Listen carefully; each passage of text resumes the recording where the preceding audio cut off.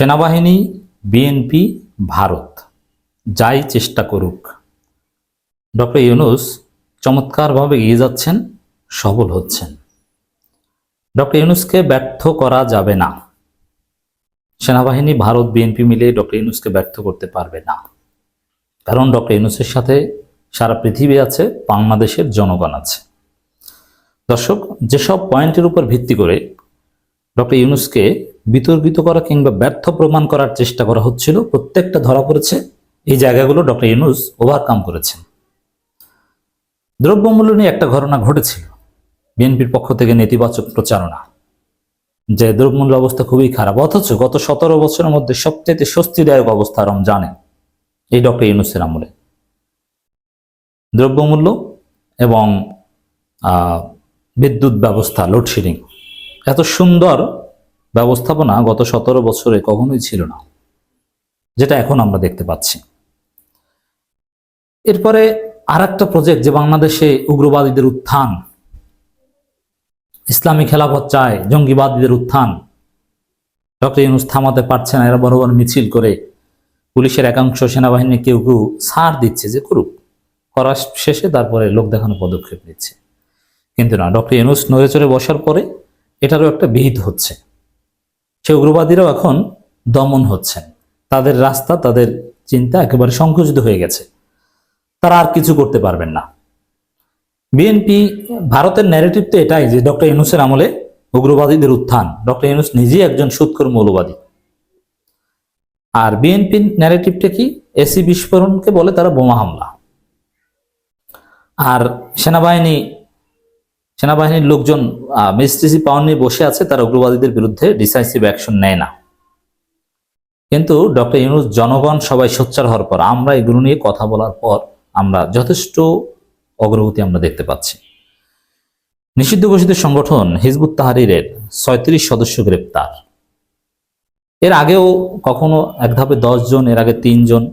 তো এভাবে 200-400 গ্রেপ্তার হলে হিজবুত তাহরীর আর খুঁজে পাওয়া যাবে না, একেবারে দমন হয়ে যাবে। তো এটা সিগনিফিকেন্ট নাম্বার, এই গ্রেপ্তার। শুক্রবার থেকে নিষিদ্ধ ঘোষিত সংগঠন হিজবুত তাহরীর অন্তত 36 সদস্য গ্রেপ্তার করেছে পুলিশ।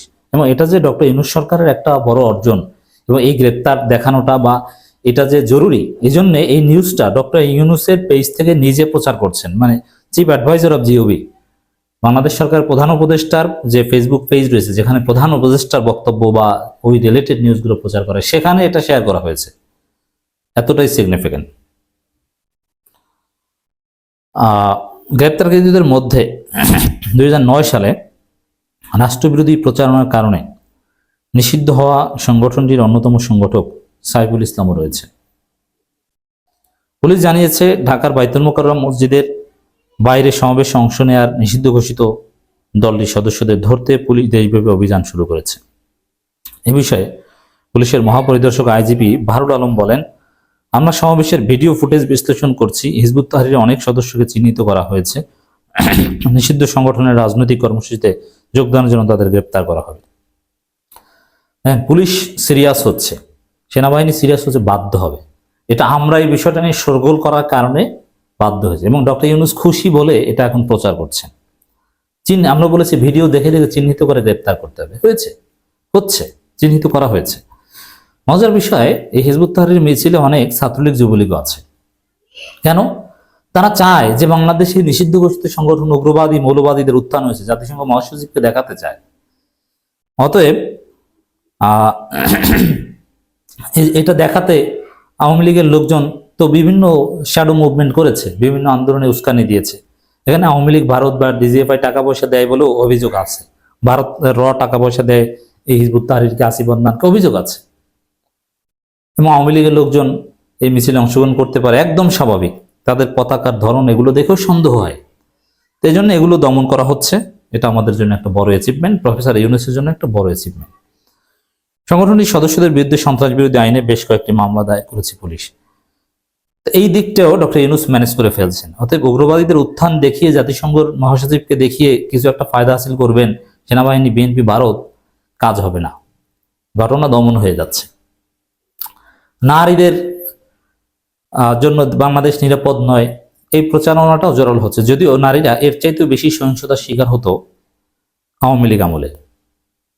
দেখেন, যে ছাত্রলীগ ধর্ষণ সেঞ্চুরিকে উদযাপন করে তাদের মুখে সে আওয়ামী লীগের মুখে নারীদের নিরাপত্তার কথা মানায়? কখনোই না। নারীরা নিরাপদ, কিন্তু দু একটা বিচ্ছিন্ন ঘটনা ঘটছে যেটা অপ্রীতিকর। তার এই যে মোহাম্মদপুরে বিড়ি খাওয়া কাণ্ডকে কেন্দ্র করে, নারীরা বিড়ি খেতেই পারে, কেন্দ্র করে যে ঘটনা ঘটেছে তার পেছনেও এক আওয়ামী পান্ডা রিঙ্কু জড়িত। এখন সে মসজিদ ভিত্তিক মুসল্লি পিটিয়ে এখন মসজিদ ভিত্তিক দাওয়াতি কাজ করে, এখন নারীদেরকে পর্দা শিখে। ঢাকা বিশ্ববিদ্যালয়ে যে ছেলেটা এক নারীকে হেনস্থা করেছে পর্দার দাওয়াত দিতে গিয়ে, ওই ছেলেটা ওই আওয়ামী সমর্থক, বঙ্গবন্ধু প্রেমী, তার ফেসবুক আইডি ঘেটে এটাই পাওয়া গেছে। কারণ এই বিষয়টা কিন্তু ডক্টর ইউনূস সমাধান করে ফেলেছেন, অথবা এই মাগুরে একটা ধর্ষণের ঘটনাও নিয়ে জোরালো আলোচনা হচ্ছে, তো এগুলো কিন্তু সমাধান করে ফেলছেন। এগুলো তড়িৎ ব্যবস্থার কথা আসছে, এমনকি নতুন আইনের চিন্তা ভাবনা হচ্ছে যে 30 দিনের মধ্যে তদন্ত, 90 দিনের মধ্যে বিচার রায় কার্যকর, যাতে এটা বাংলাদেশ থেকে নির্মূল হবে। যে 8-10 বছর ঘুরবে ধর্ষণের মামলা, না, 90 দিনের মধ্যে মামলা ফয়সালা। নানানভাবে সমস্যাগুলো সমাধান প্রফেসর ইউনূস করছেন। নারী বিরোধী যে শক্তি মাথাচাড়া দেওয়ার চেষ্টা করছে তাকে আমরা দেশের সকল মানুষকে সঙ্গে নিয়ে মোকাবেলা করব, ডক্টর ইউনূস এই বার্তা দিয়েছেন। তাই নারীদের নিরাপত্তার জন্য ডক্টর ইউনূস সোচ্চার। নারীদের নিরাপত্তা কৃত্রিমভাবে বিঘ্ন ঘটিয়ে যারা বাংলাদেশকে ব্যর্থ প্রমাণ করার চেষ্টা করছে তাদের বিরুদ্ধে প্রফেসর ইউনূস সোচ্চার। সব মিলিয়ে দর্শক, ডক্টর ইউনূস চমৎকারভাবে এগিয়ে যাচ্ছেন, তাকে ব্যর্থ করা সম্ভব হবে না।